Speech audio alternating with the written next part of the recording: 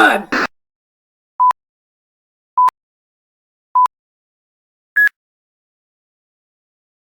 Warning: contains somewhat mature content, including language, brief violence, and mild sexual themes, and may not be suitable for people under age 14. The Closet, read to you and written by Kara Reynolds. Sometimes living in this world can be so confusing.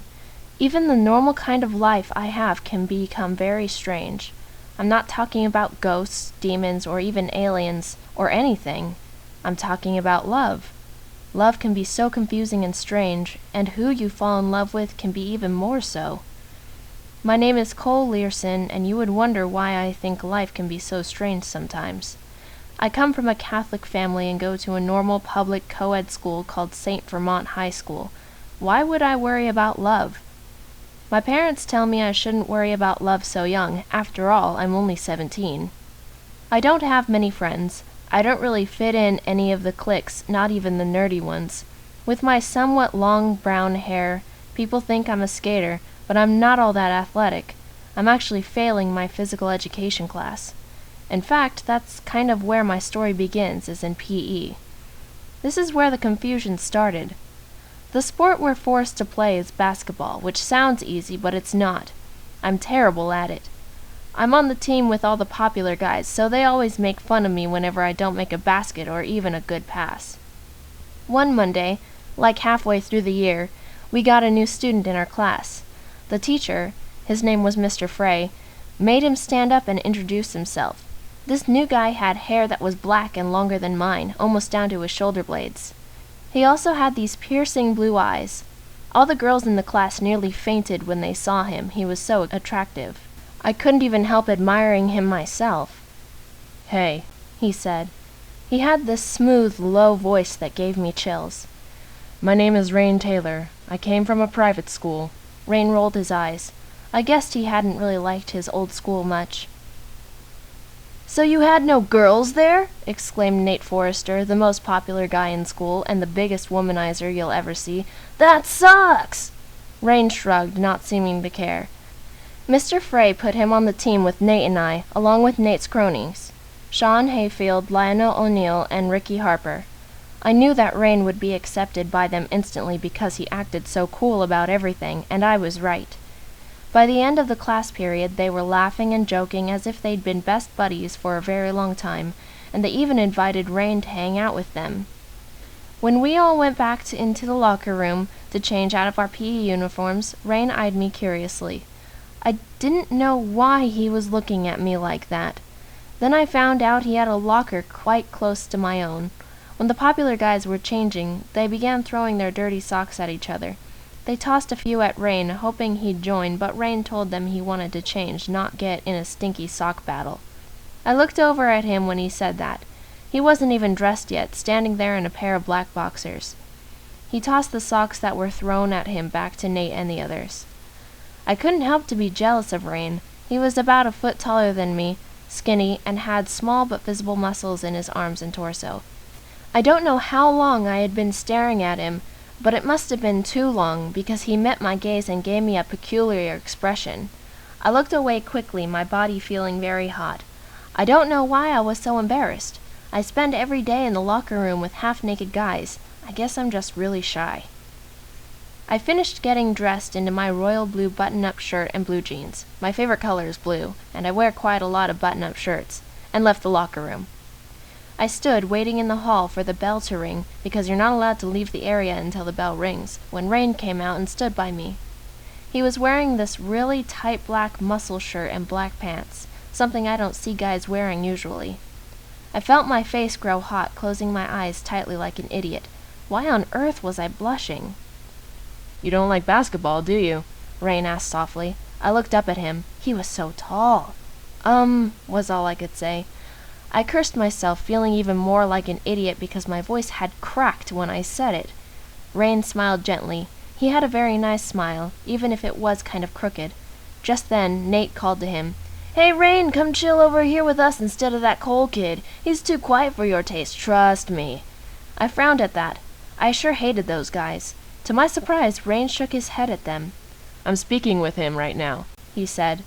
He looked back down at me. So, your name is Cole? I nodded. I was hoping he wasn't noticing my blush. You should really open up a bit. You look like a cherry right now. Damn, he noticed. I looked away and muttered a small apology. He laughed, which sounded surprisingly melodic. It's cute, he said. At least I know you're not a jackass. I looked back up at him. How would you know that? I asked. Rain smiled and chuckled. Well, he began, usually when people are very shy, they end up being very nice people. I'm not saying all social people are jerks, but most shy people are not. I smiled slightly, feeling somewhat happy for some reason.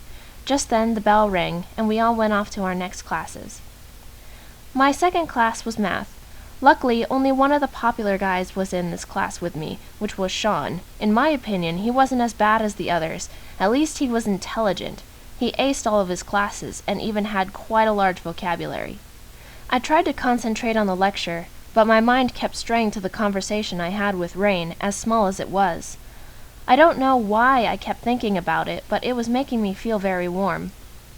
"Cole," asked the teacher, Miss Miller, quite suddenly, "you look very red, dear. Do you need to go to the nurse?" I blinked. She was a very nice teacher, always concerned about her students. No," I replied. "Can I just go get some water?" Miss Miller smiled and nodded. "Of course, go quickly," she said. I got up and left the room to find a water fountain. I got a drink, but realized I felt very dizzy. My stomach was tingling as well, as if I was excited about something. I drank a bit more water, wondering if I was just dehydrated. After about 5 to 7 minutes, I finally felt better and returned to the classroom. I sat through 2 more periods before it was lunchtime. I always buy my lunch, so I went to go stand in line. The cafeteria food isn't all that bad here at St. Vermont. After I got my lunch, I went to go sit at the table I sit at every day by myself. No one else ever sat there. I wondered if it was me they didn't want to sit with, or if it was the one bent leg the table had. The leg looked like it had been beaten with a baseball bat by some kid, and it made the table all crooked and sloped downward. Sitting alone wasn't new to me. Like I said, I don't have any friends because I didn't belong in the cliques. I did, however, have a clear view of the popular table, which now had a new member. Rain sat between Nate and Sean, eating a sandwich. I looked at them for a minute, then felt that same dizziness and tingling of the stomach that I had in math earlier. I decided I must have been dehydrated again, so I opened my juice box that came with my lunch and sipped at it. It took me a while to realize that Rain was looking at me too. I looked down at my lunch, embarrassed again. What was wrong with me? After lunch was over, I went to my next class, which was English. I took my seat and then saw Rain walk into the room, and I felt myself blush again. The teacher, Mr. Lin, directed him to the empty seat behind me. After the second bell rang, Mr. Lin introduced Rain as the new student and demanded that we treat him with respect. That was unnecessary, however, seeing as all the girls gawked at Rain in awe, and all the guys looked at him as if he was some kind of celebrity. Mr. Lin had an assignment up on the board for us to start the period with. We were supposed to write a paragraph or two about a very vivid dream that we remember from either long ago or even just last night. Rain tapped me on the shoulder from behind. My heart gave a painful thud of shock as I turned around. "Can I borrow some paper?" he asked casually. "I forgot to buy school supplies and don't have any." I nodded and dug in my backpack, pulling out 2 sheets of lined paper, handing him one of them. "Thanks much," he said, giving me that friendly smile he gave me earlier. I blushed again and turned around in my seat quickly, preparing to write. I heard Rain chuckle silently. I bent over my paper, pencil ready to go. I had many vivid dreams that I remembered, but I didn't know which to write about. I decided to write about the one I had last week. It was a very strange dream. Through the entire dream I was stuck in my bedroom closet. The door was locked from the outside and I couldn't get out. All I had in the closet with me were my clothes, some shoes, and a few stuffed animals from my childhood. In a way, it was kind of scary, seeing as how I'm very claustrophobic. After about 10 minutes, Mr. Lin told us to put our pencils down. He wanted volunteers now to share what we'd written. I bowed my head, trying to pretend I was invisible. I never volunteered for anything because I was so shy. Many other kids raised their hands, but Mr. Lin called on Rain. I couldn't see if his hand was even up because he was behind me, but it must have been because he wasn't hesitant about reading his dream to the class. I wrote about a dream I had just last night, he said. It was pretty funny. You know how when you go to theme parks there's always that ride where you're in a boat and it takes you into this cave with all these singing mechanical animals in ridiculous clothing? Well, that was my dream, only instead of animals they were vegetables. They didn't have faces or anything, just arms and legs and stupid clothing. They were singing old children's folk songs. The artichoke had a banjo. As he finished, the class laughed. Ricky and Nate, who were also in the class, laughed particularly loud. "What a stupid dream," said Ricky. Rain laughed, which surprised me. That comment would have angered me. "I know, right?" he said in the middle of his laugh. I woke up and was like, what the Mr. Lin interrupted him. "That's enough, Rain," he said, half amused and half annoyed. "Any other volunteers?" While other students read their dreams to the class, Rain poked me in the shoulder again. I turned around, hoping to God I wasn't blushing again. "Why don't you read yours?" he asked me. I shook my head, feeling my chest tighten. "I don't like speaking in front of the class," I replied softly. Rain smiled. "You sure are a shy little cherry," he muttered coolly. I felt my face grow hot again and covered my cheeks. Rain laughed. "I'm just teasing you, Cole.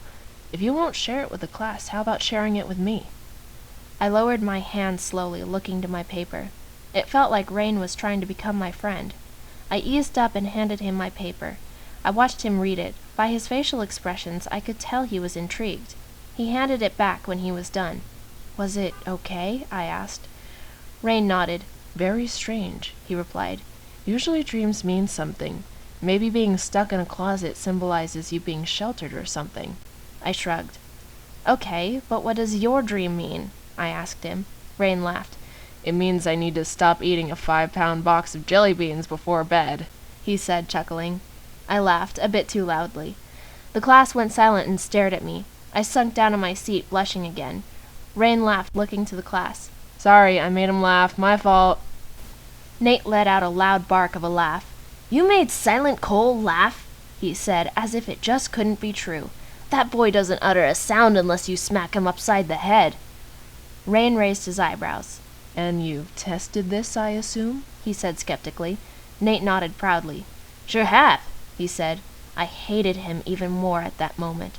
"I smack him all the time. Me and the guys get a kick out of it. Well, all except Sean. He's a pacifist." Rain frowned. He stood up and walked over to Nate. "Rain," said Mr. Lin, "please sit back down." Rain nodded. "I will, hang on," he said calmly. He smacked Nate upside the head, and Ricky snorted with laughter. "What the hell, man?" Nate shouted. "Why'd you do that? That hurt!" Rain smirked. "Don't like it much, do you?" he said. "I don't think Cole does either, so stop it." I blinked, watching this. He had stood up for me. No one has ever done that. Rain came back to sit down, Nate glaring at him the whole way. I knew Nate wouldn't stay mad at him for long. He has the attention span of a hamster. After English, I went off to my last class of the day, which was only study skills. I liked that class because I got to relax and do something other than schoolwork. Of course, the class is meant for you to do homework in, but I never do. I always just do my homework at home and sleep in study skills. I sat in my seat and put my head down. It took me a few minutes to realize my heart was racing, and it was quite painful. I sat back up and felt my pulse in my neck. It was beating as if I had just got done running a mile without stopping, and I'm a horrible runner. I breathed slowly, trying to make it slow down. It was even hard to breathe, and I was starting to get dizzy again. I decided to put my head back down to see if I could fall asleep, but I couldn't. I just wouldn't stop thinking about Rain standing up for me like that. I waited out the period until the last bell of the day rang. I picked up my stuff and headed out to the buses, hoping I'd get a good seat like I do every day. Unfortunately, I got the seat right next to Lionel, and that was not a good seat. It's funny how all the popular guys had these idiosyncrasies that just plain got on your nerves. Nate, the leader of the pack, had a different girlfriend like every day and used crappy pickup lines on them to get their attention. Ricky was the stupidest one, and there are rumors saying he does cocaine. He also has this dazed look in his eyes and says a lot. Sean, despite being extremely intelligent, was also extremely egotistical. He knew he was smart, and he liked to rub it in everybody's faces. Now, Lionel is a different story. He has the worst hygiene I've ever seen. He wears the same outfit all through the week and never takes a shower or brushes his teeth. He's also quite fat. I don't even know how he ended up in the popular group. I think it's because he owns an underground business where he produces all the answers to homework and tests. Sitting next to Lionel for the whole bus ride was unbearable. He kept picking his nose and wiping it on the seat in front of him. Then he would lean over me and ask the kid in the seat opposite ours a question of some kind. I kept getting a full whiff of Lionel's horrible breath, and it was all I could do to keep from passing out.